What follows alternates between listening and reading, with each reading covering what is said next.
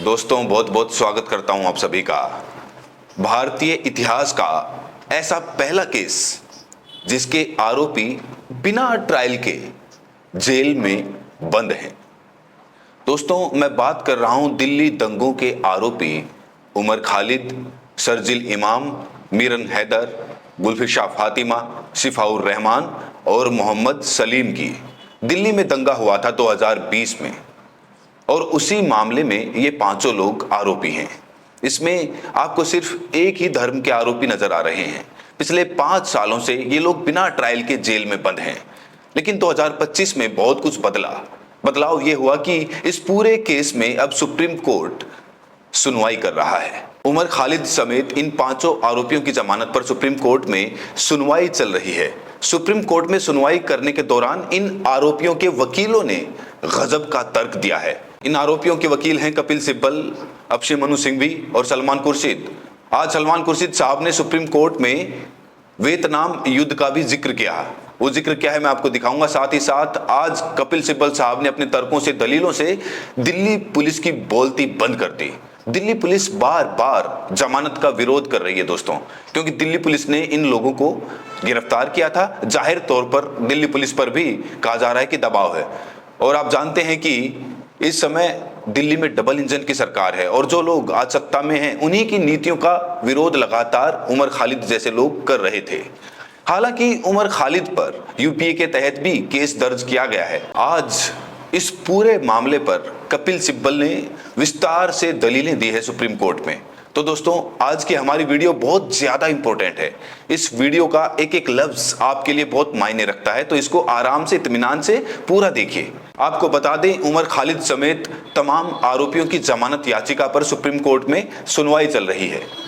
Supreme court जिस तरीके से इस पूरे मामले को लेकर गंभीर होता हुआ दिख रहा है, उसका श्रेय आज कहीं ना कहीं बी.आर. गवई साहब को जाता है। बी.आर. गवई साहब इसी महीने 23 नवंबर को रिटायर हो रहे हैं और कहा जा रहा है कि बी.आर. गवई की वजह से ही इस पूरे मामले पर सुनवाई हो रही है।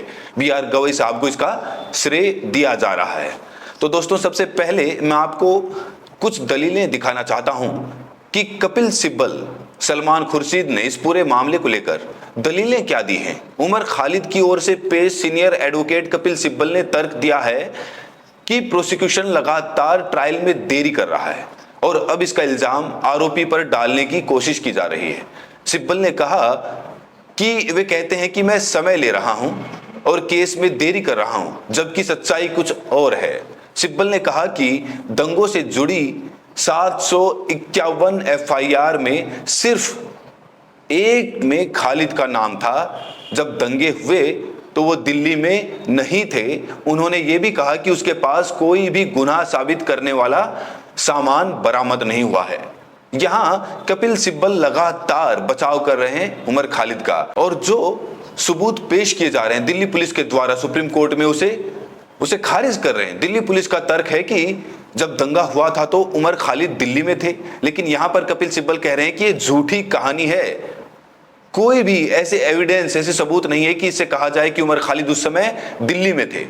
उन्होंने तर्क दिया कि खालिद पर लगाए गए कोई भी ऐसे एविडेंस, ऐसे सबूत नहीं है जिससे कहा जाए कि उमर खालिद उस समय दिल्ली में थे।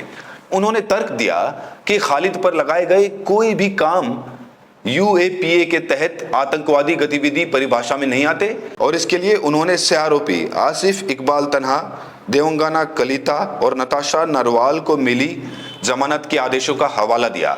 सिब्बल ने कहा कि उन्हें जमानत मिल गई है। उमर खालिद तो दिल्ली में मौजूद नहीं थे।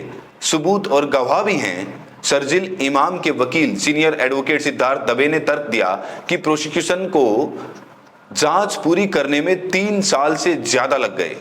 वो सितंबर 2024 तक सप्लीमेंट्री चार्ज फाइल करते रहे। तो यहाँ बड़ी बात कपिल सिब्बल साहब ने कही है कि जब दिल्ली दंगा हो रहा था तो उस समय उमर खालिद दिल्ली में मौजूद नहीं थे। वहीं आज सुनवाई के दौरान सुप्रीम कोर्ट में शिकागो ट्रायल का भी जिक्र हुआ। उमर खालिद, शर्जिल इमाम और अन्य जमानत याचिकाओं पर सुनवाई के दौरान सीनियर एडवोकेट सलमान खुर्शीद ने शिकागो ट्रायल का जिक्र करते हुए कहा कि वियतनाम युद्ध के दौरान वे शिकागो ट्रायल में हम लोगों के लिए एक सबक था। उन्होंने कहा कि विरोध करने का अधिकार तो है, लेकिन इस अधिकार की रेखा कहां होगी जब कोई शांति से विरोध कर रहा हो लेकिन उसे उकसाया जाए। वियतनाम युद्ध के समय अमेरिका में सरकार युद्ध नीति के खिलाफ बड़े बड़े विरोध प्रदर्शन हो रहे थे। 1967 में जब शिकागो में डेमोक्रेटिक नेशनल कन्वेंशन हुआ तो बहुत से युवा, छात्र और कार्यकर्ता युद्ध के खिलाफ विरोध में उतर आए। विरोध प्रदर्शन हिंसक हो गया। इस दौरान प्रदर्शनकारियों और पुलिस के बीच झड़पें हुई। इसके बाद अमेरिकी सरकार ने 8 विरोध नेताओं षड्यंत्र और दंगा भड़काने का आरोप लगाया। ये मुकदमा अभिव्यक्ति की स्वतंत्रता और विरोध के अधिकार का प्रतीक बन गया, क्योंकि उसने ये बड़ा सवाल उठाया कि जब लोग शांतिपूर्ण तरीके से विरोध कर रहे हों और उन्हें उकसाया जाए तो हिंसा की जिम्मेदारी किसकी है। यहां एक बहुत बड़ा पॉइंट उठाया है, बहुत बड़ी दलील सलमान खुर्शीद साहब ने कही है कि अगर कोई शांतिपूर्वक विरोध प्रदर्शन कर रहा है और उन्हें सामने से कोई उकसाए और उस दौरान कोई हिंसा हो जाए तो उस हिंसा की जिम्मेदारी किसकी है। वहीं इस सुनवाई के दौरान एक और केस का जिक्र हुआ जिसमें सुप्रीम कोर्ट ने कड़े आतंकवाद विरोधी कानून के तहत एक आरोपी व्यक्ति को जमानत देते हुए कड़ी टिप्पणी की थी। सुप्रीम कोर्ट ने कहा कि कानूनी सिद्धांत जमानत नियम है, जेल अपवाद। ये सिद्धांत, इस सिद्धांत का जिक्र आज सुप्रीम कोर्ट में भी किया गया और इस सिद्धांत का जिक्र इसीलिए जरूरी था क्योंकि बड़े बड़े रेपिस्ट, हत्यारे, बलात्कारी, जिन पर गंभीर धाराओं के तहत केस दर्ज था, इसी नियम के तहत बहुत सारे आरोपियों को जमानत मिलती रही है।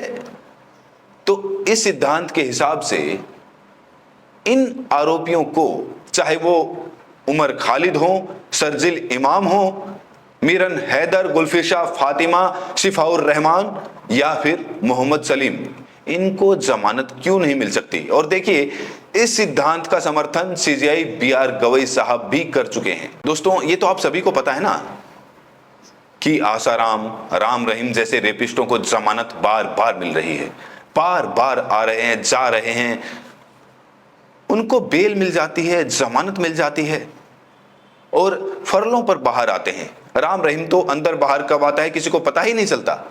आसाराम को जमानत मिल रही है, बड़े बड़े दुर्दांत अपराधियों को जमानत मिल जाती है, लेकिन इस केस में ट्रायल ही नहीं शुरू हुआ था। तो इस केस में ट्रायल शुरू होना ही अपने आप में बड़ी उपलब्धि है और इसका श्रेय इसीलिए सीजेआई बीआर गवई साहब को जाता है। सीजेआई बीआर गवई साहब 23 नवंबर को रिटायर हो जाएंगे। इस पूरे केस की दोस्तों 6 नवंबर को फिर से सुनवाई होनी है।